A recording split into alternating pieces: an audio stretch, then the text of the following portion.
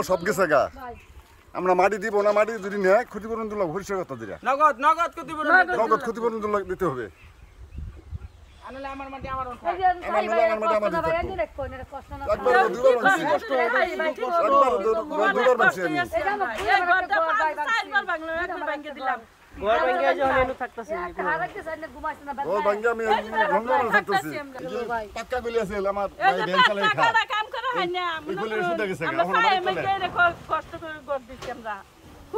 আমি একটা অনুমোদন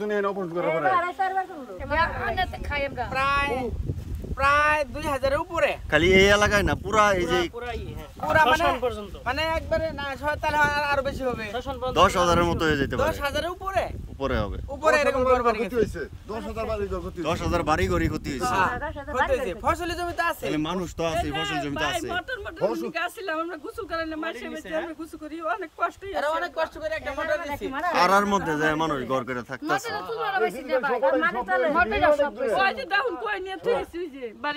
জীবনের কোন নিরাপত্তা আছে না ধীরে ধীরে বলতে হবে দুঃখে পড়ে বলতে হয় না এই কারণে কি হাসিনার পতন ঘটাইছি আমরা এই কারণে কি আমরা স্বৈরাচার যে সংস্কার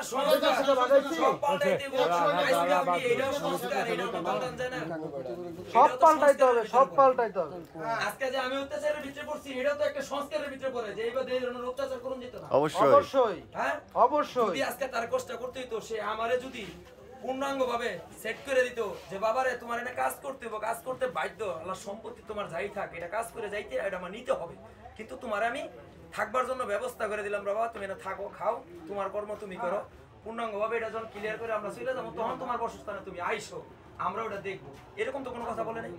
বিদেশে সরকারি কর্মকর্তা থেকে শুরু করে পুলিশ টুলিশ যারা আছে জনগণের স্যার ডাকে স্যার, এটা জানেন তো? পুলিশরা সরকারি কর্মকর্তারা বিদেশে জনগণের স্যার বলে সম্বোধন করে, আর আমগর দেশে কুত্তা বেলায় মনে করে।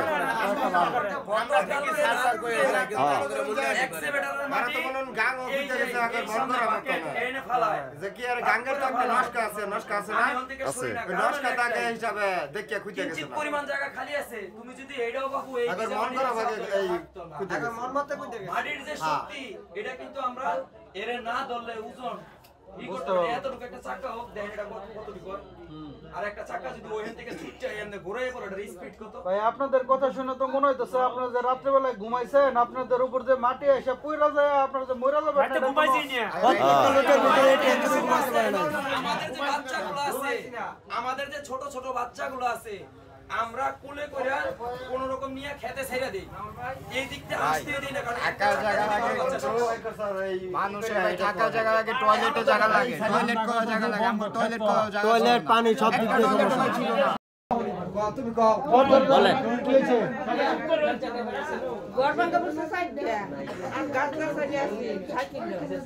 আপনি কি করেন? আপনার জামাই কি করে? আপনি কি করেন?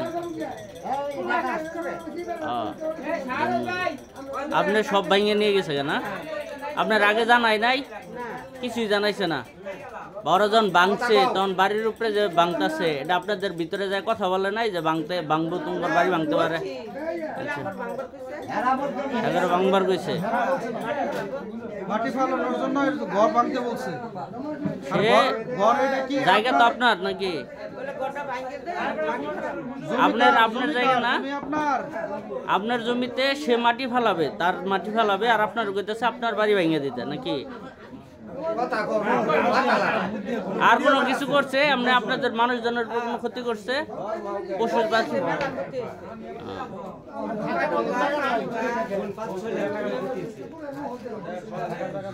ঠিক আছে জমি ওই আমতুরপুরের বিদেশ থেকে কোনো আমার ভিতরে নিয়ে যদি তলা বানাইছে, এবার 2 লক্ষ টাকা খাই একটা বিল্ডিং বাঁচানোর জন্য একটু বাগাই নিচ্ছে, কোনো ভাগ নাই। আমি মোবাইলে দেখছি আমার পুরানের মোবাইলেও দেখছি আমার ওইখানে ভাগ নাই, নকশার মধ্যে দাগ নাই, বাক নাই।